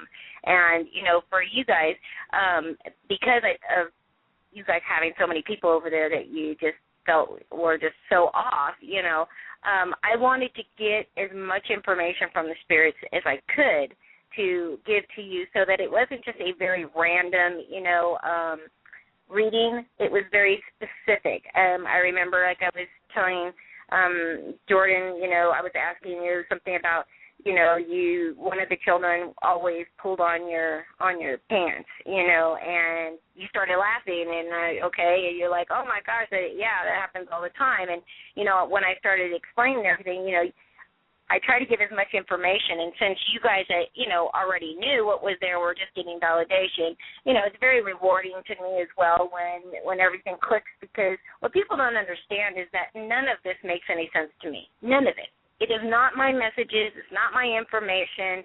And when I, transmit, or give a message or what they're wanting to know, I don't know if it's going to make any sense to the other person. All I'm doing is just giving the information. But when it does, connect, it's awesome. And I was so happy to be able to give you guys that validation. And not only the validation, but, the support and encouragement on, the gifted psychics that you both, were becoming. And to really, embrace that and, trust what you were getting. And I'm so happy. I did see I told you I did see you guys do really, just some amazing things happen, and I even think I said, put your seatbelt on because, this is going to be a crazy ride, and, I just still will never forget you guys kind of, giggling at me, and I was like, okay, we'll see. We did too, but boy, what a ride we're on, and it's just beginning. And we've been told, that starting the 1st of October, even what we've gone through already, which we're going crazy, is nothing compared to what we're going to be doing. And so we're buckling up, we're getting ready, but we're having the best time of our life. Tired. Yeah. Yeah, we're pretty tired, but it's, we're also struggling, and maybe any paranormal groups out there that are going through the same things and struggling with the same things, maybe, this will help, I don't know. But we're holding steadfast. We can never forget where you came from. Ever. That's ever, right. That's ever. right. And we started this whole endeavor started, it started in our house with all the kids, with Lori's grandmother whose, ashes are in the closet. We talked about that before. I know, everybody laughs at me. Why is she in the closet? We did finally get an urn for her, though, so we are going to put her out. We're going to get her out of the closet. But sure, she'd like that. That's good, because she didn't want that. Yeah, she didn't really like it in there too much, so. After you told us that, we worked on it, so we are going to get her out of the closet. I'm getting there, Brandy. I'm getting there. But, we started this because so many people call, and they're so scared. Right. They're so scared. They're so confused. Some are just curious, but, the people that call with the kids, we just finished a case. When they called us, the whole family was at this point sleeping in the living room. and no one would go to their bedrooms. When we went to the house, the woman, the mother of the family, she so depressed, so just oppressed. Her and her husband, they quit talking. The kids were just running roughshod. It was a big mess. And, you know, we went in, we did the investigation, and this was recently, so as you had helped us with the opening up to our abilities and the things that we knew how to do, we just let them go. And we did the investigation, and we found some incredible stuff. Lori, as you know, she's working with, as a matter of fact, the client you're going to see in New York, she's working with her. Lori's a high priestess in the Wiccan religion. Yes, and absolutely. So at the end of this investigation, we not only brought literally the nasty thing, and we got through EVPs, we got through the equipment that we use. We had a valid conversation with what we call Mr. Nasty Pants. We did actually take him with us, and we also took, what we found out, I mean, history-wise, real quick, was in the area of town that this was in Colorado Springs, back in the late 1800s, early 1900s, there was like a church or some sort of orphanage where children were brought. Well, Mr. Nasty Pants apparently on record that he was holding children there. It was a big, huge battle back then, and you know however they did their law things back then. We did later find out the history on that, but we did find him, and we brought him, and we took care of him and released him somewhere else. We did bring some of the children with us, so perhaps you need to Skype again and see that we now are not only the Motel 6, we are the orphanage of the Colorado Springs area. So we do have more of the children here, and we're trying to find out why their parents didn't come for them, why their people, their guardians didn't come for them, to see if we can cross them over or, you know, send them to a better place. But in the meantime, they're here with the rest of our bunch that are here. Right. But after the investigation, you know, Lori cleansed and blessed the house, and we left, and we come home for, you know, to do the evidence, to get them ready for their disc, for their reveal of what we got. And the things that we got there, again, always still just, we love it, so it still humbles us and amazes us. It's never one of those, oh yeah, we got that again, yeah, whatever. It's never that. It's like every investigation is like the first one for us with the excitement. Well, yeah, you know what? That's what's so important, though, you know, Jordan and Lori, too. I mean, you guys know that. I mean, that's the difference between this stuff being a hobby and a passion. You know, when you know it, that's what you've found your niche. You know that this is where you can best serve to help others and help the spirits and stuff. It is amazing because, you know, even with all the cases I've, you know, done over the years, and I've done thousands, and, you know, it's crazy that, you know, there's not one case that's exactly the same. Everyone is different, and I learned something, or at least I tried to learn something after every single investigation, because it's, you know, it's important. And you can always find something, and sometimes you learn by trial and error. You know, so you'll learn, you do something wrong, and you might, you know, find out, and you're like, okay, I'm not doing that anymore. I know better than that. But for the most part, you then can take what you've learned and, you know, help others, which is what I do. And, you know, I do want to say All Girls Paranormal Society is comprised of women, but there is one man on their team. So, you know, but they are very, you know, focused on helping others. They are one of our P.P.R.S. state reps for Colorado, and, you know, so when we get people, you know, that are in the Colorado area that need, you know, any kind of help, we would send them to, you know, Lori and Jordan. And I don't just choose groups, you know, haphazardly. So if somebody says, hey, I'll do it, you know, that's not how it works. I really have to know the group, know what they're about, what their motives are, you know, why they're doing this. And there's like actually a questionnaire, you know, that I have people, you know, fill out now, because I really want to make sure that they're on the same page as, you know, what I'm trying to do and create, and, you know, help people where there's not any cost. And, you know, rather it might be for support or for training. And, yes, I mentor people, but, once again, like my client she follows, she's very involved and interested in within. So, right away she wanted to learn more, and somebody who was helping her wasn't really doing much for her. So, I'm like, oh, perfect, Lori, I've got somebody perfect. And it's been a pleasure, working with you ladies. I mean, you guys are very professional, and, you're very compassionate. And so, and I feel that from you every time that I'm talking to you, or every time you call me for advice, which is a very good thing, because I'll tell you, when people's egos get involved or they get a little bit of attention, all of a sudden they feel like they're the experts and they know everything, and, they don't have to ask anybody anything because they can figure it all out.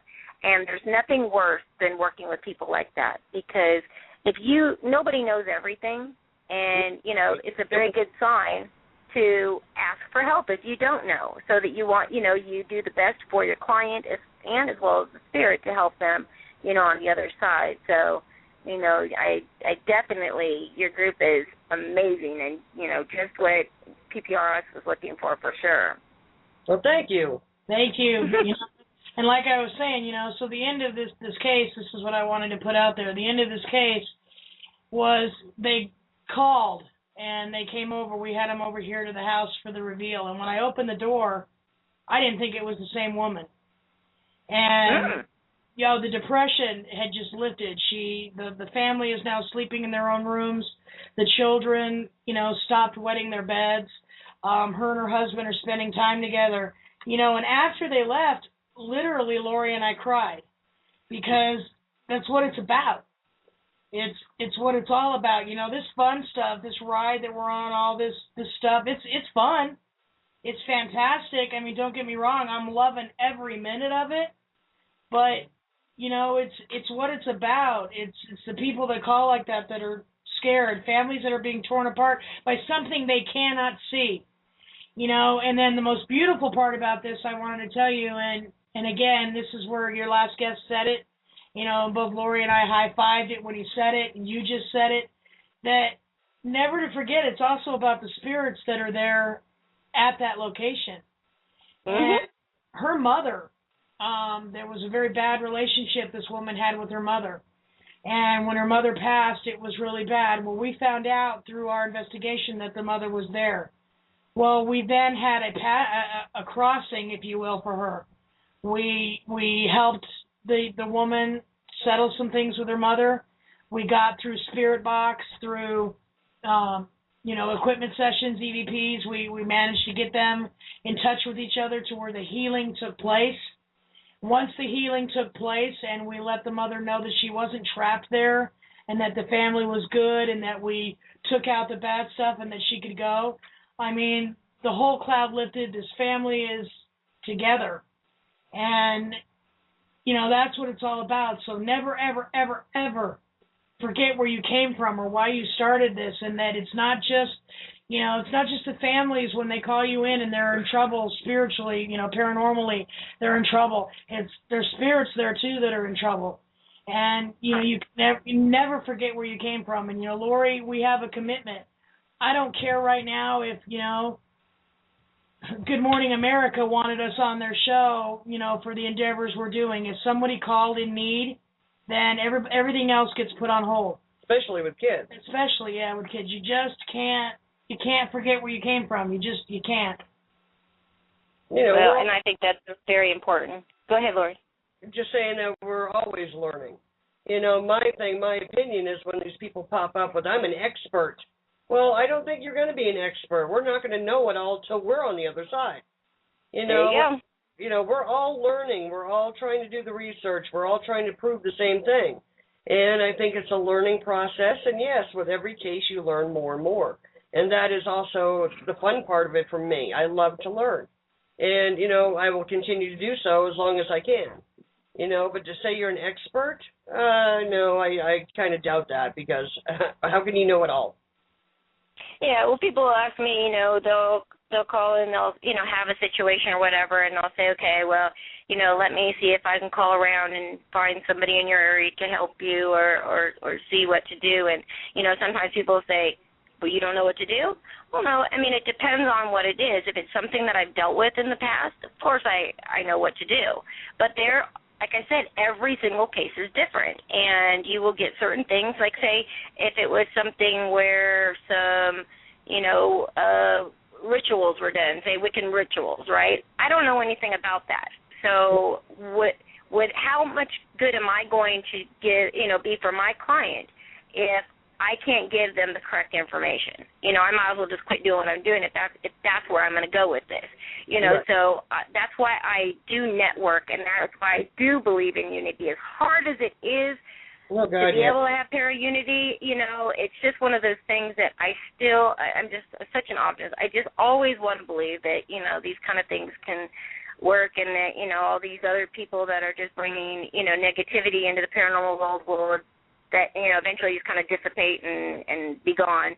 But, it is one of those things that I like to network with people. I love people, and I love to be able to help people. And, this is the opportunity for me. And it makes me, much better because I'm learning. I learn from people all the time.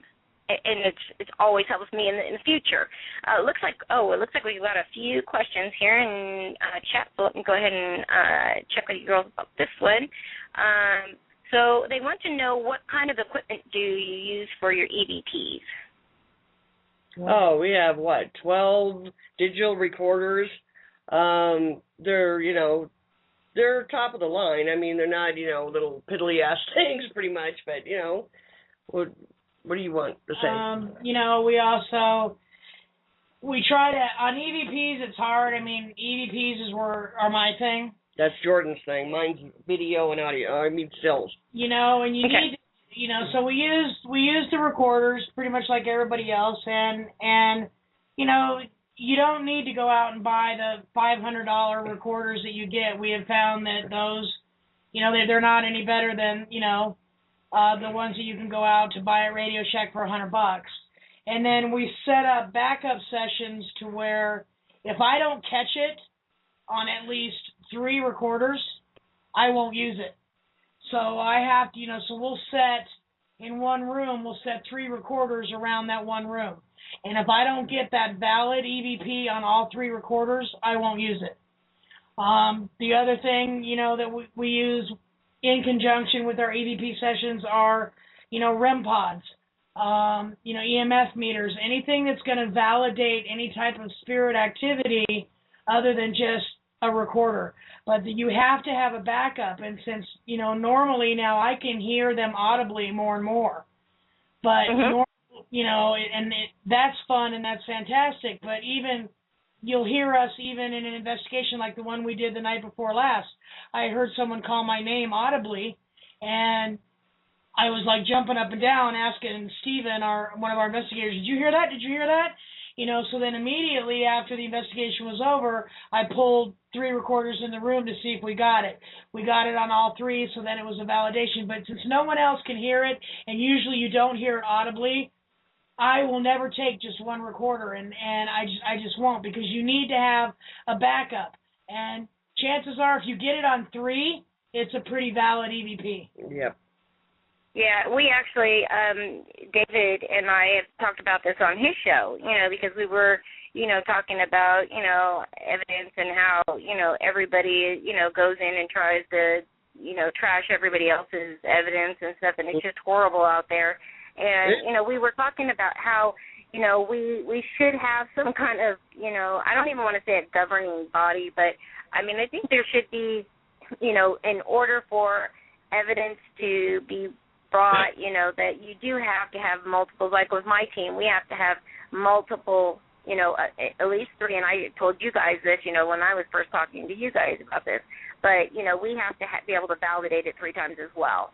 And if we can't get 3 ways of validating, whether it's, audio, video, and, some other way, we won't use it. And I think that that's important, because a lot of times, like even one of my investigators went to Virginia City recently, and they had went in, and there was this one room, and it was, a dirt floor and brick walls and stuff like that. And back in the days, it was used as like a temporary morgue when it would be snowing and the ground would be too hard to be able to dig a grave. So they would put the bodies in there, to keep them cold because it was underground and everything. And so the door was closed, and so they just kind of went in there and then stuck their cameras in and took a couple pictures, right? And they posted one, and on it, we have the notorious orb, and that we all know and love. And and then there was this other thing, which was like this blue, thing that was there. And so right away when she posted, she posted online and then sent it, me a personal message saying, can you take a look and see what do you think we have here? Now, they were more amazed by, the blue thing that they were seeing, and so was I. Right away when I looked at the orb, first of all, I knew it was nothing. It was very prevalent, but it was not a spirit. It was nothing. It was dirt. And just from them going in and having a dirt floor and opening that door, that air just pushes everything up. Yep. So, but I've taught them both very well, so they went in and stuck their cameras in there and took, 4 or 5 multiple pictures back to back. And so when they went and posted all these other things, we could see where, where the stuff was in one picture and it wouldn't be in another one. And this blue thing was very, very interesting. And right away I could see, and it's kind of the thing with the orbs too. Like when I see an orb, like if I look at it, instead of like seeing it as an orb, I'll see it as a figure of whatever the spirit is. And so, people hate me so much. That's why I don't even like to deal with orbs anymore, because somebody will send me, a picture in their backyard that's got like 500 little bubbles on it. And they're like, oh, my gosh, the spirits love me. And I'm like, no, you're in the backyard and you're taking pictures. And you guys are walking all around. This is not, here's a bug and here's this. And, and when people think they catch something and you tell them that it's not, they really have a problem with it. But, most of those people are new to the field. They don't really know, and they're just excited that they think they've caught something. Well, we had fun too. We did it ourselves when we first started out. We went out and said, oh, look, my God, there's 500. My spirits are all outside. And then as, we got better and better, it's like, no, that's dust. That's dirt. We know better. We still laugh at one of those pictures we got in the very, very beginning. Like Lori said, we thought we're just that. Oh, look, there's 5,000 spirits outside, and isn't that wonderful? And then about 8 months later, we were going back through and looking at the picture, and we started laughing. And I said, do you realize that that's when the Waldo Canyon fire was happening? Ash. That's ash. Yes, ash floating around. So we had to hang our heads in shame. We learned, You learn, But another thing about the EVPs is we also have a camera, so that when I say to Lori, I need to know, we run 3 static night vision DVR sets, we run multiple IR cameras throughout every investigation, so that when I tell her, I need to know where everybody was, Lori can immediately then pop it up and tell me exactly where everybody was at that moment in the building, so that, I can either use it or not use it, but there's validation behind that. So that you always have to have the validation one way or another. Absolutely. And I think, and that's great, and it shows, that you're not just putting anything out there. I mean, you guys are really making sure that you do your research, making sure you know where everybody is, what's going on, so that, and once again, only using what you can validate. And, to me, that's important, because you get people that put up so much stuff that, it's sad because, these groups are new. And like I said, they'll go, and most of the time they're outside somewhere or in an old, creepy building. And I keep telling people, like, it must just be for the whole effect, because, I go everywhere. I go to the store, I go to the post office, I go to the laundromat. Like, anywhere I go, there's spirits. It does not have to have no creepy old house, or abandoned house attached to it in order to make it haunted, And so I always I always laugh at stuff like that. You don't always have to be in the dark either. Everybody thinks you have to be in the dark. No, it's just it helps because you're not dealing with the outside light. You're not dealing with reflections as much. It's quieter. I mean, that's why we do it at night. But no, you don't need it to be nighttime. You can do it anytime. Yeah, well, I'm telling you, I'm 46. I'm getting older. My health is not that great, and we're older. I'm not. Well, yeah, I feel like I'm about 90, but, what's crazy is that, I tell my group, okay, well, we'll meet at the client's house at 5, we should be done by 9, and, we'll tell the client that, and they're saying, well, don't you need to be here, like, at midnight overnight? And I'm like, do you want me to be there overnight? I don't need to. 3 a.m. Exactly. Aren't you going to stay till 3 a.m.? That's when everything happens. No, we don't need to be there for 12 hours. We know what we're doing. We got it. Exactly. And I can go in there within the first 5 minutes, and I can tell you if there's something there, who they are. And, and as I said, you guys I didn't even have to go there, and I was able to do that for you guys. So, I don't need for it to be, the witching hour, or spend the night and all this kind of stuff, because all that does is the next day is leave me tired. I already can go in there, know what it is, spend a few hours with equipment to validate what I'm getting and move forward, and go home and let everybody get a good night's sleep afterwards. So it's funny, the perceptions. Oh, I know, but we hear that all the time. Stay here. No, my team is tired. I'm tired. We got enough. We're going home. Yeah, exactly. Well, and I think that is the plus, though, of being a team that has psychics or people with abilities on their team. Because when I first started, first of all, if you even had a psychic on your team, you were shunned in the paranormal world. They would say that you're not a reputable team because who has a psychic on their team? And then, it was like, then when TV started putting out, these psychics that were going and giving the information, and then all of a sudden, it's like, okay, I started my group that, was comprised of all people, that had abilities, and we worked amazing together. It's like a jigsaw puzzle. Everybody has their pieces, and we can all come back and put it all together, and it all makes all the sense in the world, and it's amazing. But now it's like, okay, I have never seen so many freaking psychics jumping out the woodwork, like, hey, so waving their hands, I'm a psychic, hey, come check me out, and I'm like, wow, I never did that. Like, I was the one hiding in the corner, didn't want anybody telling anybody I was a psychic because, it's like they look so down on you. Well, we get those too. People come up from, everywhere. I have abilities, I can see, I have all these gifts. And it's like, first off, if we want you on our team, we're not looking for that. We have our own. Right. And collectively with all our different gifts, you put us together, we're a powerhouse. But, Absolutely. I don't really want you for your gift.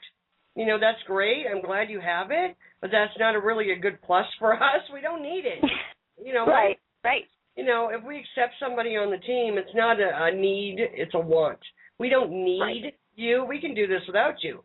Do I want you? Oh, heck yeah.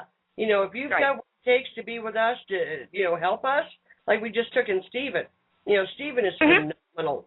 That man is, he's right on. He's still in training, but we believe he's going to make it one day to be really us. But the man is great. And, is it a need? No, I don't need him. I can do what I'm doing, and I've been doing it forever. But do I want him? Oh, yeah. I think he's a definite asset to us, and I want to keep him. But, don't come to me because you have a gift. I don't need your gift. I need your paranormal investigating. If you're good at what you do, then, hey, let's go for it. And it's absolutely the commitment behind it, Yeah, do you have the passion? Do you have the drive like us? The why, I never, when we started this, it was just basically Lori, myself, and Lori's aunt, Patty.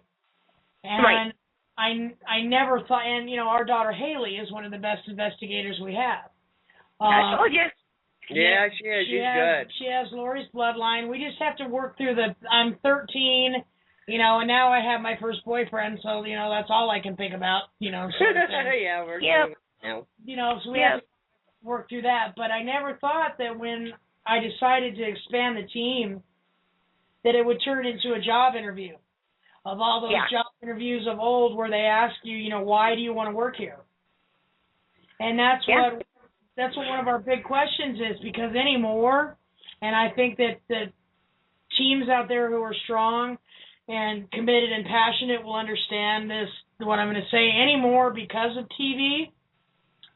And don't get me wrong, we 24 hours a day, that's what our TVs are set on, or every show you can find. I mean, everything is haunted this, haunted that, ghost this, ghost that, you know, and sometimes... We're learning, you know, we do learn from those places. We learn about equipment. We learn, you know, someone will say something that is like, hey, I like that. I don't like that. You know, let's not do that. I don't like that, you know? You know, but anymore, everybody thinks, okay, well, I want to do this because I want to see a ghost. I have a camera, I bought a digital recorder, and I want to see a ghost. Well, then you know what? I'm sorry. You know, I appreciate it because, man, when I see a ghost, I love every minute of it. But, you know, go ahead and take your camera and your recorder and just go somewhere else. Go to a cemetery, have fun. Go have fun. You know, go do what you're doing. Because if you want to be on a team and you want to do this, like, you know, this is what we do for a living, even though we don't make a dime off of it. This is our career. You know, this is 24/7. This is what we do. And you need to be able to tell me why you want to do this. And you better tell me right up front that the reason you want to do this is because, you know, there's spirits who are in trouble that need the people like you told me that have that light. That you know, they need to go to the people that have that light that they can see. You better tell me that you want to do this because of the families that are in trouble. If all you want to do is go out and catch some pictures and some EVPs, you know, go with my blessing. You know, if you want me to see what you got, you know, if you want Lori to look at your pictures, if you want me to hear your recorder, hey, we'll do it. You know, I'll do it. We'll look at it. We'll let you know what we think. But, you know, don't come to me and say that that's why you want to be on a team. And that's a real big thing for us. And like Lori said, I'm glad. I'm happy for you that you're an empath, or I'm happy for you that you're a psychic. I'm happy for you. I wish I were. You know, I'm happy that you see things everywhere you go and that you won't go to Walmart because they talk to you all the time. Well, I'm happy for you because I wish they talked to me all the time. But that's not why I want you here. You know, if you want to be here with us for that reason, and that commitment and that passion is behind it, you know, then you know, come and talk to us about that. You know, it's hard. It's really hard because I could use 6 more people. I could use 6 more people, you know, with all the equipment we have and how busy we are. I mean, in a perfect world, I would be able now to take 4 people and say, you guys go here to A, you know, you 4 go to B, and we'll go to C, and we'll get it all done. But there's no perfect world that exists. But I'll be damned. I'll be damned if I'm going to let anyone compromise what we do and the spirits that are in trouble because they just want to go out and see something. There's no way. No, you know? And you also mentioned, too, about, you know, the paranormal unity. And, you know, we strive for that. That is the biggest thing that just irks me to no end. Is that why the competition? Why this field people want to eat their young? I'll never know. I mean, to me, I get so excited as if I just got it myself when I see other people's stuff. I mean, you were there at the right time, the right place. You caught it. I am so happy for you. Why can't other people do that? And it's like, you know, we're not in a competition. We're all doing the same thing. You know, why are you so nasty? And, you know, we get those things. I mean, just recently, you know, Jordan went to the store or whatever and met up with, you know, a new team in town. And I guess the guy was like 20. And he's a real new guy, new team or whatever. And we're congratulating him, saying, hey, you know, great, you're doing this too. And he stopped and, you know, was introduced to Jordan. And he looks at Jordan and says, yeah, I know who she is. You know, and he looks her up and down, the run up, you know, and then he storms off. And it's like, dude, why are you like that? Can't you just say, hey, hi, how are you? Can't you be nice? You know, we're not like that. When I find a new team on Facebook, for instance, and I see that they've got 96 likes, you know, I make sure that I grab their thing, I share their page, I throw it out there to my friends and say, hey, man, give these guys a like. They need it. good job, keep it up, I'm happy for you. I'm not slamming them. And if I, God forbid, if I see a picture that I really don't like, I'm not going to go on their Facebook and say you're crap. I'm not going to say you're stupid. I'm not going to say, boy, you're fake. I just shut up, walk away. You don't need to be mean. There's no need for it. So paranormal unity is where it's at, and people who are nasty, I really don't have time for. It's like, go be nasty by yourselves. Go start your own group. All you guys stay together. Yeah, I agree. I mean, it's unfortunate because, we finally have got the attention that we've been so wanting. And, for so long, there was nobody out there that was doing this. I mean, like I said, when I first started this, professionally, I mean, in this area, there were, I think, 3 groups. Now there are close to 1,000 groups in our area. Wow. And so it's so overly saturated that, everybody feels like they've got to compete, and it's unfortunate. It's really sad to me because the information that they're getting, we always need researchers and people out there in the field, like I said, with their feet on the ground, getting that information, getting these pictures, getting all the evidence, but that does not mean that you have to go in and take on private clients. Because that's a whole other ballgame. It's completely different than, just going and taking some pictures and validating and telling somebody that, yeah, you've got spirits. Duh, they know that. Why do you think they're, calling you in? Right. So then they're like, then the client's like, okay, so now we know we're not crazy and we really do have something here. So now what? And, they'll throw out, something like, toss around some, salt or, sage or whatever. But once again, if you don't know how to do this stuff, there's no good. So it's like, it's like the blind leading the blind out there, and then when they go in and, going in and provoking or stirring up crap, and then next thing you know, they'll go through 2 or 3 groups until they find one who actually knows what they're doing, and then you become the saving grace. But for those people who want to just, be out there and get a scare or get that, excitement of capturing something on video or anything, as we've all said, go to the cemetery, go to the park, anywhere you go, you can find stuff. I'm telling you, just go and start asking. And if you're polite and, the majority of the time you will get, the information that you want, but they're also not, circus clowns. So they don't just, because you demand that they, give you something, does that mean that they're going to do it? So, they do have their own feelings. And I'm looking, and, oh boy, of course, we've got like 4 minutes left, and these hours just go so quickly. That's why I love having a 2-hour show for each person. But I do want to give you ladies an opportunity to get out your website and your information for Facebook, and then we'll get a couple of more questions before we close the show off. I'll have Lori do that, but real quick, I just want to say, and don't forget, and I think that Lori will agree with me, when that phone rings and that client is on the phone, that's no mistake. I truly believe that when a team gets a call and they go out and have a successful investigation, there's intervention there. There's spiritual intervention. You weren't just lucky. They didn't just happen to go on and find your website because it was there. There's spiritual intervention all the way around there. And so don't smash another team because they got something you didn't. Just sit back. The spirits that want you, the spirits that want help, will guide these families, these businesses to you. And if it's not to you, then just hang on because it'll happen. But, it's not just the quote-unquote luck of the draw. It just isn't. There's spiritual intervention all the way around. If the spirits show themselves to you and allow you to capture them or whatever, it's a gift. Take it as such. Don't think just because you were doing it just for the heck of it or whatever. They actually let you do that. It's a gift, and you should take it as such. Right, absolutely. So go ahead and give our website is www.allgirlparanormalsociety.com, and that is our website. Facebook is the same, All Girl Paranormal Society on Facebook. Everything is linked on there, our phone number, direct line, anything you want. You can friend us, you can like us, you can call us, you can do whatever. We're usually here. If not, we'll get right back to you as soon as we can. All right.